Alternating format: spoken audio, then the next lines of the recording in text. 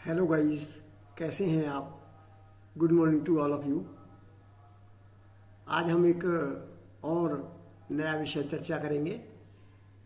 नया विषय बैंक से रिलेटेड और सही मायने में हम जो पिछले हमारे वीडियो में बात कर रहे थे, बैंक के अकाउंट्स कैसे हम खोलते हैं, उस वीडियो में मैंने चर्चा किया था सिर्फ सेविंग अकाउंट्स का।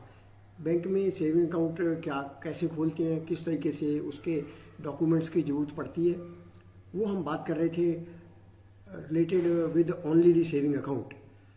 आज हम थोड़े से उसके और अलग रिलेटेड अकाउंट्स की बात करेंगे, जो बैंक में किस तरीके से अलग अलग अकाउंट्स हो सकते हैं। सबसे पहले ये 5-7 प्रकार के जो अकाउंट्स हैं, इनको हम थोड़ा सा ब्रीफली बात करेंगे, ताकि एक आम नागरिक को या बैंक में काम करने वाले आदमी को, स्टाफ को, या एनबीएफसी में काम करने वाले आदमी को, स्टाफ को इसकी बेसिक जानकारी रहे। हम चर्चा बेसिक ही कर रहे हैं, क्योंकि एडवांस तो अलग अलग बैंक टू बैंक फ़र्क हो सकता है, एनबीएफसी टू एनबीएफसी फ़र्क हो सकता है। रूल्स एंड रेगुलेशंस जो इन जनरल कॉमन हैं, हम उसी की चर्चा करते हैं। अभी आज हम जब बात करेंगे, आज के हम इस वीडियो में बैंक अकाउंट्स के बारे में, तो बैंक अकाउंट्स किससे संबंधित हैं, कैसे खोले जा सकते हैं, उसके लिए हम बात करते हैं। तो सबसे पहला अकाउंट आता है माइनर का। अगर कोई बच्चा छोटा है, किसी भी एज का, हम उसका अकाउंट खोल सकते हैं। क्या क्या शर्तें रहेंगी उसमें? सबसे बड़ी बात क्या है कि माइनर का अकाउंट जब हम खोलेंगे तो वो गार्जियनशिप में खुलेगा। गार्जियन मतलब उसके नेचुरल गार्जियन, जो बच्चे के जो फादर होंगे, उसकी गार्जियनशिप में अकाउंट खुलेगा और अकाउंट डेजिग्नेटेड होगा minor under the guardianship of so and so. जो अकाउंट हम माइनर का खोलते हैं, जब तक बच्चा मेजर नहीं हो जाता है, तब तक अकाउंट वो अंडर गार्जियनशिप ही रहता है। 18 साल तक की एज माइनर मानी जाती है, और माइनर की जो मेजर जब तक ना हो, ये जानकारी पाने के लिए बैंक जब भी अकाउंट खोलते हैं तो डेट ऑफ बर्थ रिकॉर्ड कर लेते हैं।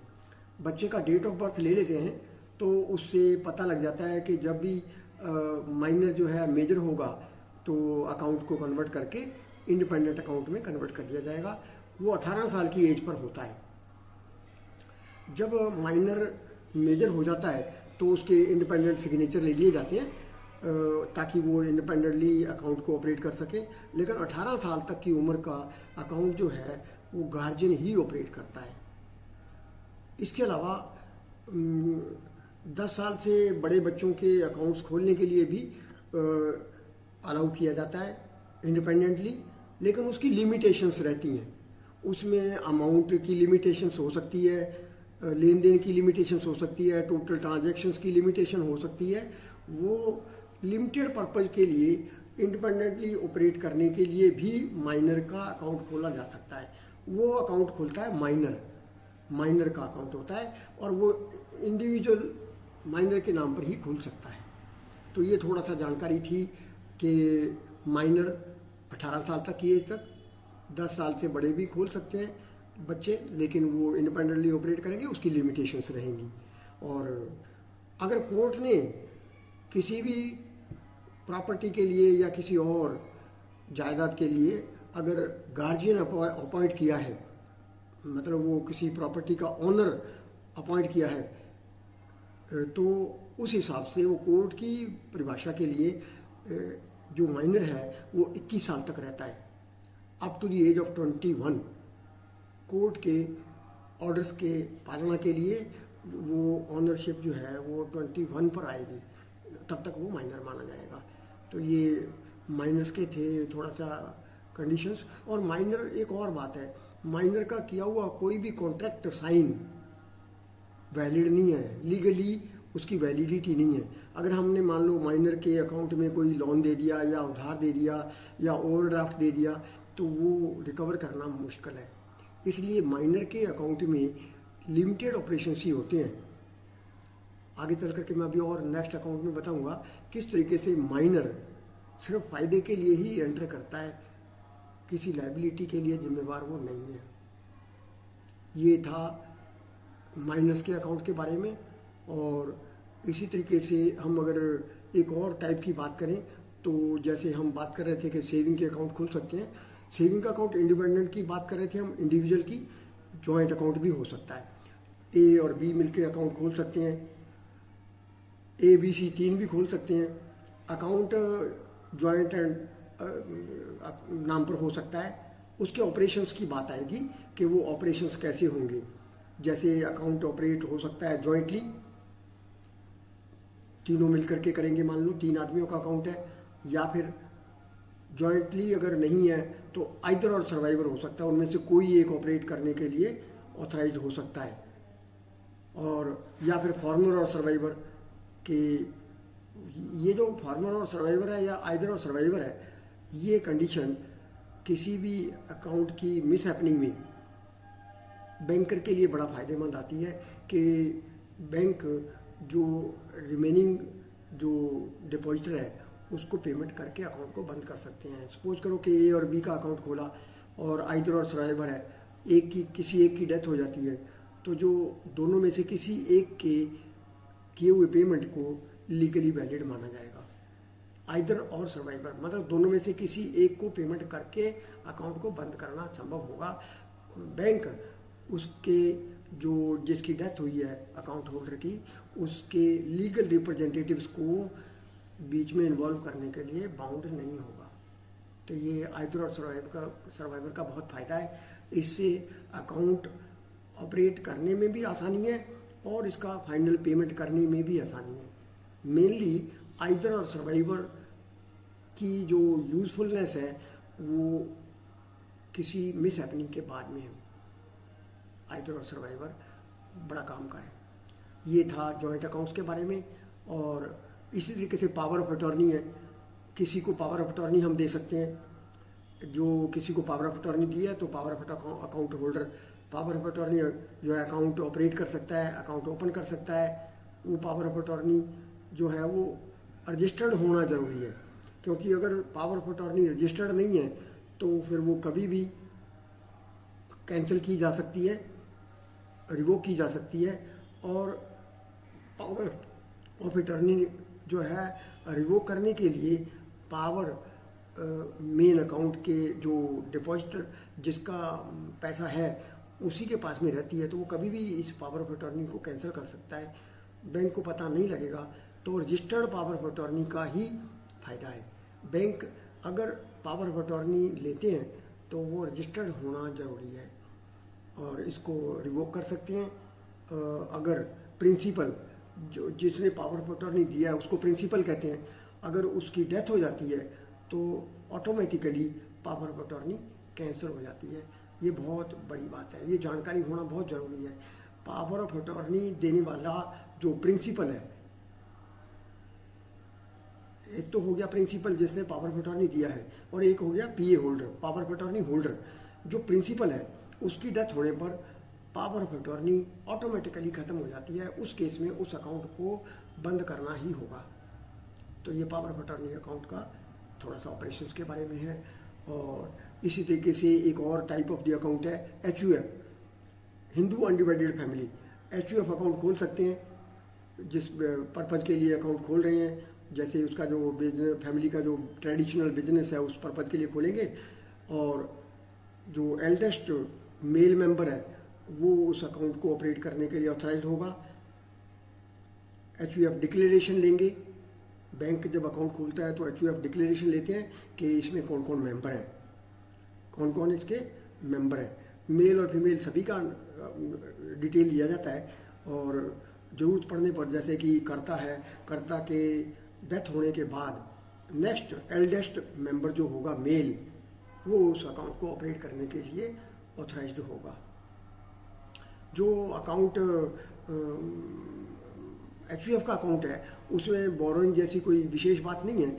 और अगर बोरो कोई HUF अकाउंट करता भी है तो वो उस बिजनेस से रिलेटेड होना चाहिए जिस पर्पज़ के लिए HUF अकाउंट खोला गया है। और इसी तरीके से ट्रस्ट अकाउंट हो सकते हैं, क्लब के अकाउंट हो सकते हैं, एसोसिएशंस के हो सकते हैं अकाउंट। एसोसिएशंस के अकाउंट्स जो हम खोलते हैं तो उसके लिए उनका रजिस्टर्ड होना ज़रूरी है। Registrar with registered with registrar of associations का एक रजिस्ट्रार अलग से होता है, उसके पास में क्लब का या एसोसिएशन का या ट्रस्ट का, सोसाइटी का रजिस्टर्ड होना ज़रूरी है। तो ये उसके डॉक्यूमेंट के बेस पर पता लग जाता है और पर्पज़ वही है कि उसकी मेंबर्स की हमारे पास में डिक्लेरेशन रहेगी कि इसके मेंबर्स कौन कौन हैं और उसके ऑपरेट करने के लिए कौन कौन ऑथराइज्ड पर्सन्स हैं। तो वो अकाउंट को ऑथराइज्ड जो पर्सन्स होंगे वो उसका ऑपरेट करने के लिए ऑथराइज्ड रहेंगे। ये ट्रस्ट और उसके लिए है। अब जो मेन अकाउंट की बात हम करेंगे, ये थे लिमिटेड, जो जैसे सेविंग अकाउंट जॉइंट हो सकता है, माइनर का अकाउंट हो सकता है, ट्रस्ट क्लब एसोसिएशंस का अकाउंट हो सकता है, ये सब थे छोटे। अभी बात हम करते हैं बिजनेस पर्पज़ के लिए। बिजनेस के लिए पार्टनरशिप अकाउंट हो सकता है, लिमिटेड लायबिलिटी पार्टनरशिप अकाउंट हो सकता है, या फिर कंपनी अकाउंट हो सकता है। इन तीनों अकाउंट्स के बारे में थोड़ा सा मैं कोशिश करूँगा जानकारी देने की। सबसे पहले जो पार्टनरशिप अकाउंट है, उसका बैंक जब अकाउंट खोलते हैं तो पार्टनरशिप डिक्लेरेशन लेते हैं। बैंक पार्टनरशिप डीड को अच्छे से एग्जामिन कर लेंगे कि भाई इसमें कितने पार्टनर्स हैं, इनका क्या फंक्शन है और किस तरीके से इनकी लायबिलिटी है। जो पार्टनरशिप अकाउंट खोलते हैं उसमें सबसे बड़ी बात क्या होती है कि जॉइंट एंड सेवरली लायबल हैं पार्टनर्स। जो भी उनकी जिम्मेवारी है, अगर बैंक ने मान लो कोई ओवरड्राफ्ट दिया है या कोई कर्जा भी दिया है, लोन्स दिया है, कोई एडवांस किया है, तो पार्टनरशिप के केस में सभी पार्टनर्स की जिम्मेवारी जॉइंट एंड सेवरल है।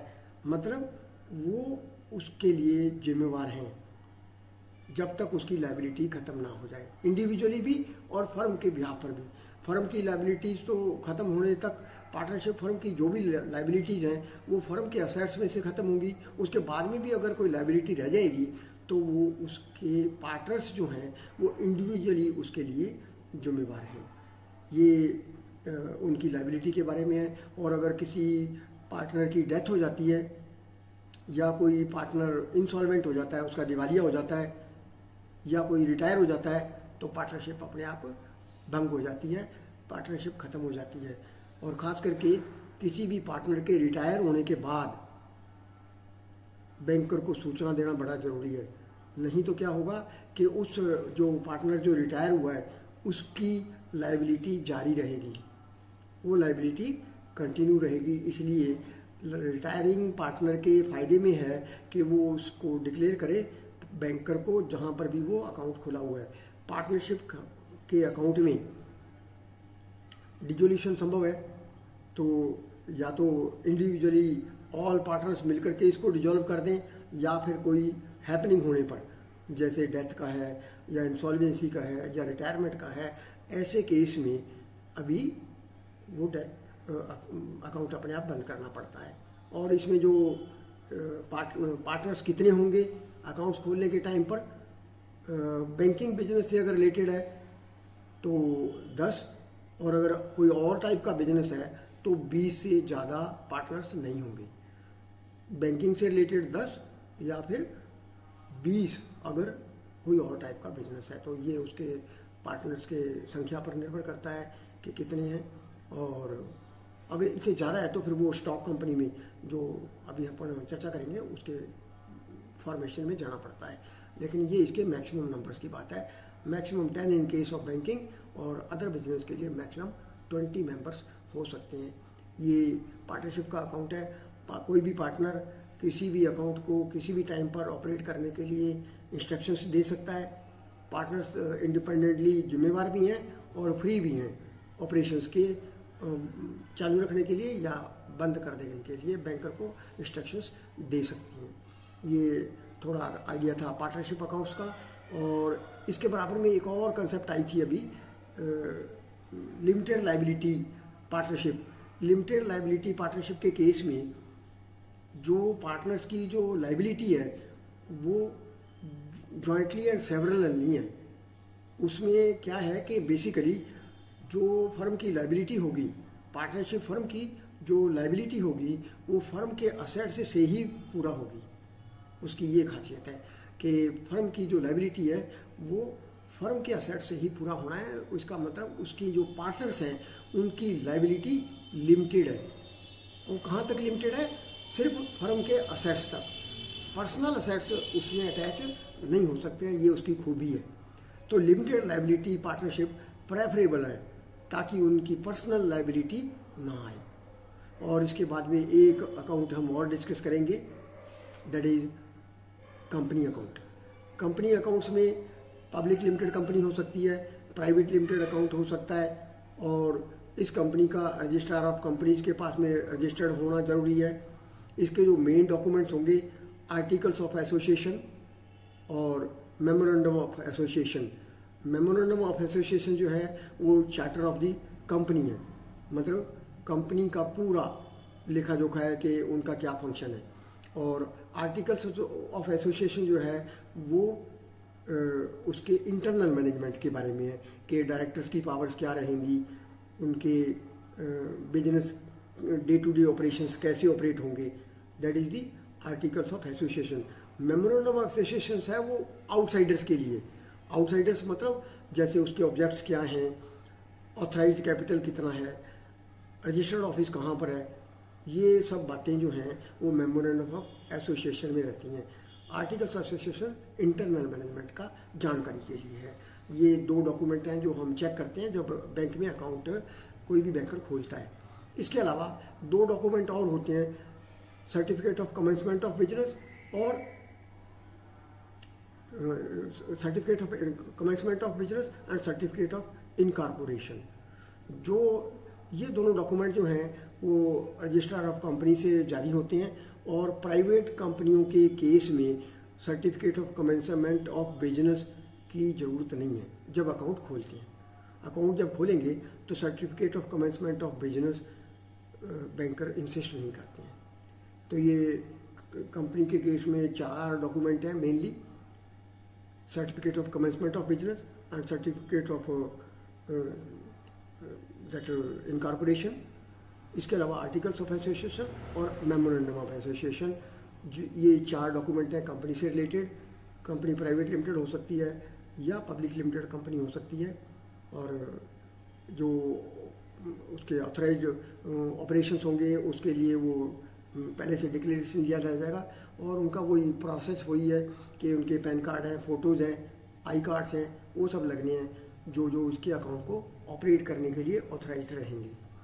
ये बेसिकली एक मैंने कोशिश करी है कि किस तरीके से सिर्फ सेविंग अकाउंट के अलावा और अकाउंट्स क्या हो सकते हैं बैंकिंग से रिलेटेड, या जो भी पब्लिक, इवन पब्लिक के लिए भी ये थोड़ा सा एक जानकारी की मैंने कोशिश करी है कि किस तरीके के किस टाइप्स के बैंक अकाउंट्स हो सकते हैं, क्या क्या उनके डॉक्यूमेंट्स हैं, किस तरीके से उनमें ऑपरेशंस हैं। हालांकि ये सब्जेक्ट बहुत बड़ा है, मैंने सिर्फ एक बेसिक आइडिया देने की कोशिश करी है ताकि आप लोगों को थोड़ा एक बेसिक नॉलेज हो जाए, आम जनता को या NBFC के स्टाफ को या बैंकों के किसी भी स्टाफ को थोड़ा बेसिक आइडिया हो जाए कि किस तरीके से कौन कौन से अकाउंट्स बैंक में खुल सकते हैं। आज बस इतना ही। ये अकाउंट से रिलेटेड हम टॉपिक को यहीं ख़त्म करेंगे। आज के इस वीडियो को यहाँ फिनिश करते हैं। Thank you very much. हंसते रहिए, हंसाते रहिए, सदा मुस्कुराते रहिए। Thank you very much. फिर मिलेंगे अगले एक नए वीडियो के साथ में। अगला वीडियो जो हम लेंगे वो इकोनॉमी से रिलेटेड लेंगे। इकोनॉमी से रिलेटेड टॉपिक, बहुत ही इंटरेस्टिंग टॉपिक मैं लाऊंगा। कल फिर पेश होंगे, हम मिलेंगे एक नए वीडियो के साथ में। Thank you very much.